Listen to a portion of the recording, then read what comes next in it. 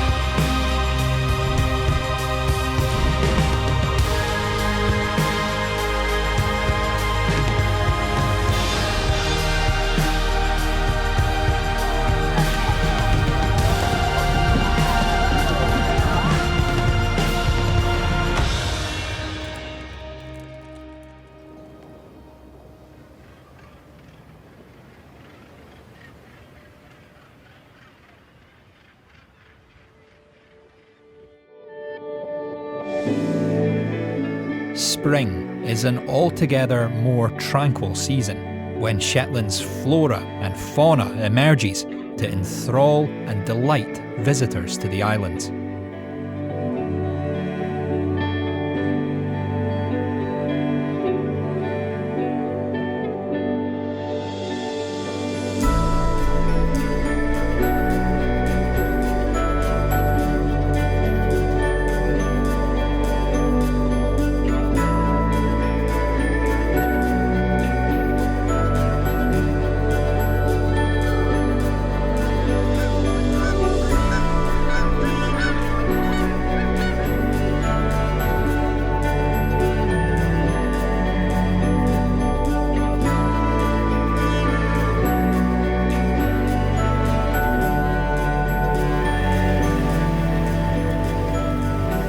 It's a time of hard work for the locals, who make the most of Shetland's abundant natural resources.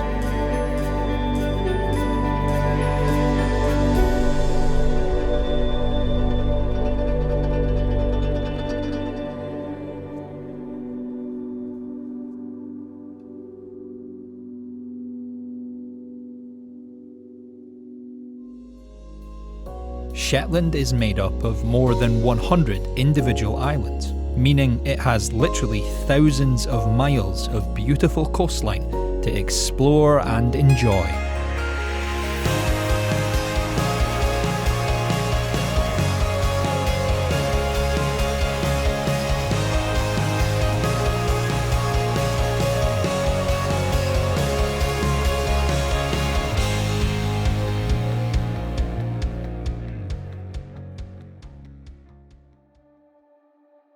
I'm John Pooley. I run a company called Adventure Shetland, which provides guided tours around the islands. Obviously there's loads and loads of places that we can go to in Shetland, and here's a selection of some of my favourites. We're here at St Ninian's Isle today. It's Europe's largest tombolo, which is a sandy beach with the sea on both sides.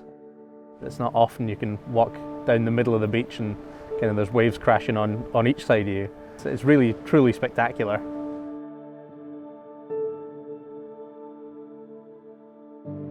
One of my favourite places is Hermaness. It's a fantastic walk across the hill. It's actually a national nature reserve with fantastic bird life, stunning cliffs, and then the view over to Muckleflug and the lighthouse and kind of Britain's most northerly point is one that's hard to forget. Musa is a small island on the east side of the Shetland mainland, and the island is probably most famous for its Iron Age broch. The broch is a 2,000-year-old stone round tower. It's the best preserved example of its kind in Europe. To look at the broch from the mainland is one thing, but to get up close to it, to stand kind of in the shadow of it, really does kind of strike you with a sense of awe. It really is an incredible thing. Shetland has a very rugged kind of landscape. It's very high cliffs, very rocky. It was the base for a huge, what we call a half fishing operation. There's a really kind of unique atmosphere there among the ruins of the buildings. There's still this feeling that it was a really big operation, even though there's not an awful lot left nowadays. So Aa isn't the easiest place to get to, but the rewards you get, the scenery that awaits you once you get there is well worth the effort. And the feeling of being the only person for literally miles around is like nothing else. It's a fantastic place.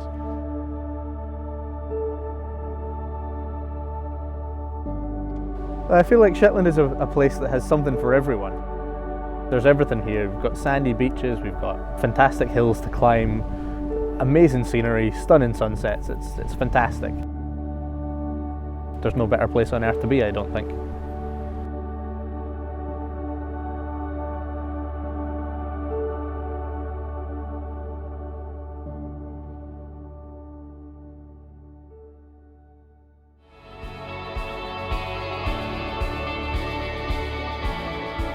In Shetland, you can explore more than 5,000 years of human history at some of Europe's best known historic sites. The fact that Shetland has never been densely populated or intensively farmed means so many important archaeological sites have survived across the centuries.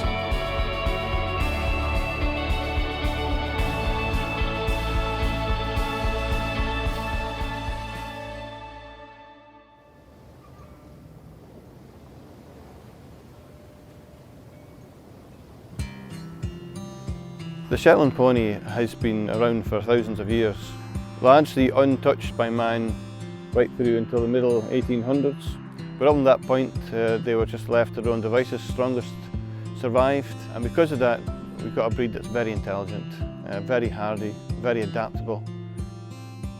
I love the breed itself, and I love how the Shetland ponies from Shetland are so true to their breed. They're living in the environment that they're meant to live in. That aside, I love how versatile the breed is. I mean, you see Shetland ponies doing everything from performance show champions right down to kind of geriatric Flaxie taking Freya out for her first ride. Living in Shetland and having access to Shetland ponies is probably something at that age that you take for granted. I was very, very fortunate that I got a Shetland pony when I was 10 years old called Robbinsbury Furva, and me and him just had the most amazing bond. It's kind of like a once in a lifetime bond. People might have a few horses, but there's always that special one. When I moved to Shetland, I was 10, and one of my conditions was if I moved to Shetland I needed a Shetland pony. Freya really enjoys the time that she spends with Flaxie. Watching them learning together is really rewarding. Having had her as my first pony to then have her as my children's first pony is something kind of special. In the 1960s, then my grandfather and my mother really started up the stud that we know now as Robbinsbury. My mum loves the ponies, and we've kind of bought into her enthusiasm. So that was a bit of a privilege, being able to work with the ponies. And one of the ponies we sold the other day took reserve champion at the Highland Show, which we were delighted about. Growing up in the Shetland Islands, we always had ponies around us obviously, but in general the islands have Shetland ponies dotted all over the place, and I think when tourists come to Shetland, that's one of the things that they want to see. We've been breeding Shetland ponies now at the Mercosur stud for 26 years. And we thought we would set up the Shetland Pony Experience as a place where visiting tourists can come and learn about the ponies, and it's a very unique experience. They actually get a bit of a relationship with the pony while they're here, and I think that's very special for them. I think ponies do something to your soul, and this experience just lives with them and stays with them for many years to come.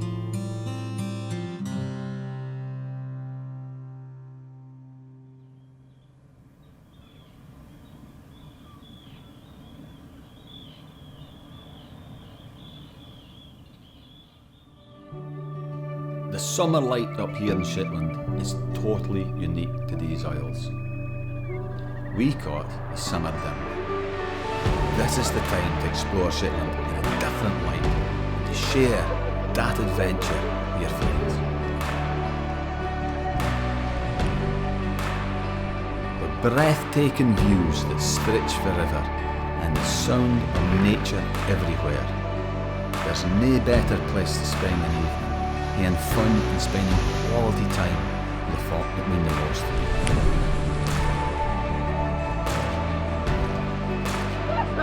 It's a different way of life here. There is room to breathe.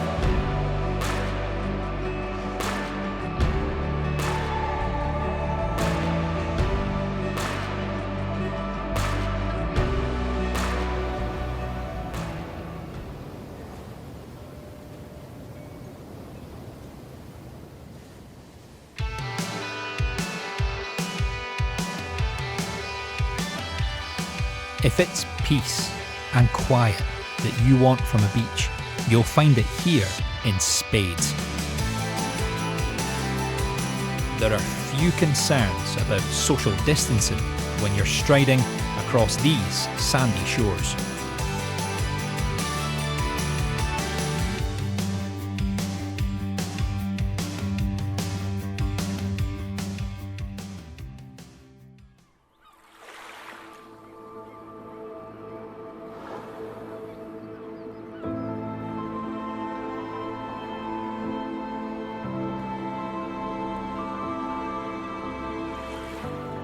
Travel restrictions don't affect these regular visitors to Shetland's coasts and harbours.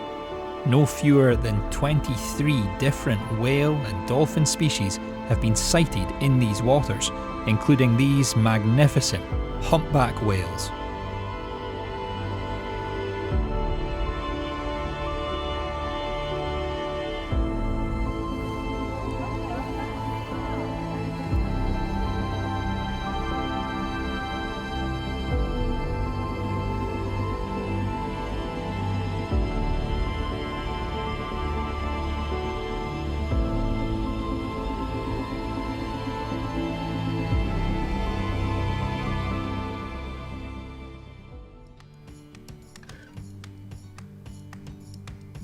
Winglet means thin and bendy, and as a jeweller, when I'm creating pieces, you often want them to be delicate, but you don't want them to be thin and bendy because obviously it's going to break.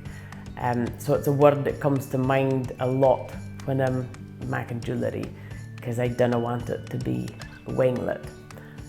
So yeah, I love that word, plus it sounds brilliant. It sounds like what it is, winglet. But maybe that's because I came what it is. Motionless, I would use it to mean a bit handless, like to not be able to do something the way that you would like to be able to do it. I love the word motionless because I think at different times we can all be a bit motionless, like you're trying to, I don't know, put in a screw in your chest, making a muck of it. You're stripping the thread, or you're some days if you're just having a bad day at your work, everything is kind of not quite going right, and so you're feeling a bit motionless. And I think sometimes it just seems to describe the way that you were that day in a way that you can't with any other word. Just being motionless. Miracle. I would use this to describe somebody that gets injured, or if you might miracle yourself or somebody else might be miracled. I love the word miracle because it's nearly a pretty bit comedy, I suppose. I could just see arms and legs going and somebody miracling themselves. I mean, it does mean to maybe hurt yourself fairly badly, so that's no maybe very funny, but miracle, it's kind of sounds comedy nearly, but you might use it if you're out. someone's been out drinking and they might miracle themselves because they're full of drink, or you might just trip and fall and miracle yourself. But yeah, it's one that is fairly descriptive, I think. Prull. I would use this to describe things, items, sometimes precious. Prull, even just, I like saying it, prull. I feel like you put on a funny prull. But I just love the sound of it. I love how it comes out of your mouth. So if you gather prull about you, you're gathering stuff and things and items. I might even use it as I'm going out the door. I had to gather me prull before I left the house. So you'd need your watch, your wallet, your phone, keys, your prull before you leave. Skirt. It means you're in about you, your bosom, I suppose, taking it in your skirt. Again, a lot of them is how they sound. I like saying them, and skirt is a good one. If I maybe got a lot of prull to carry, I might gather it in my skirt, and so it's kind of like in this space, I suppose. Or you might take something in your skirt. So if you're gonna give something a muckle bosy, then you might tack them in your skirt. So yeah, it's a good one, I think.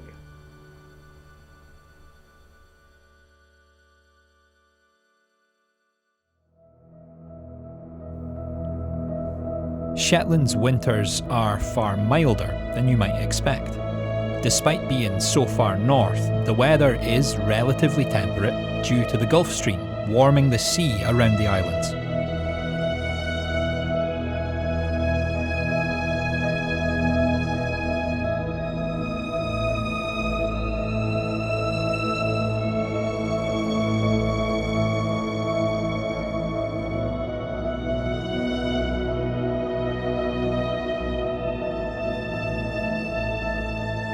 Whatever the actual temperature, one thing remains constant: how spectacular Shetland looks during winter.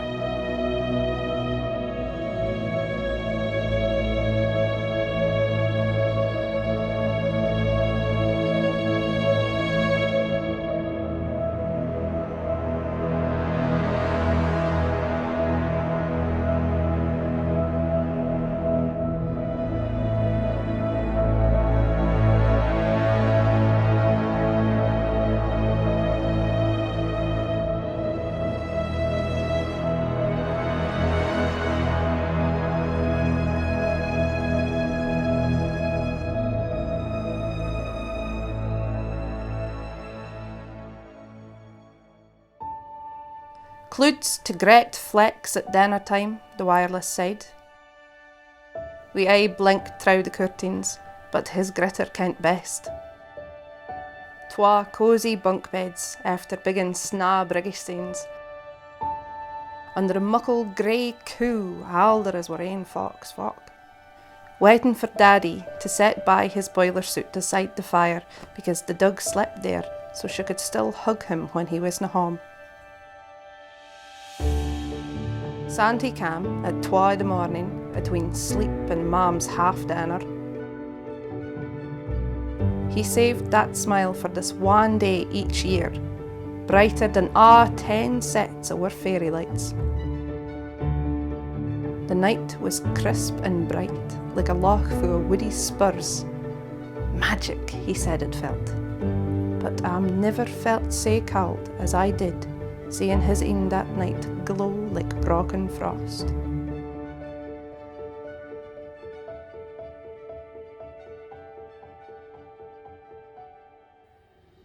Before you know it, 4 seasons have passed, and it's Fire Festival time once again.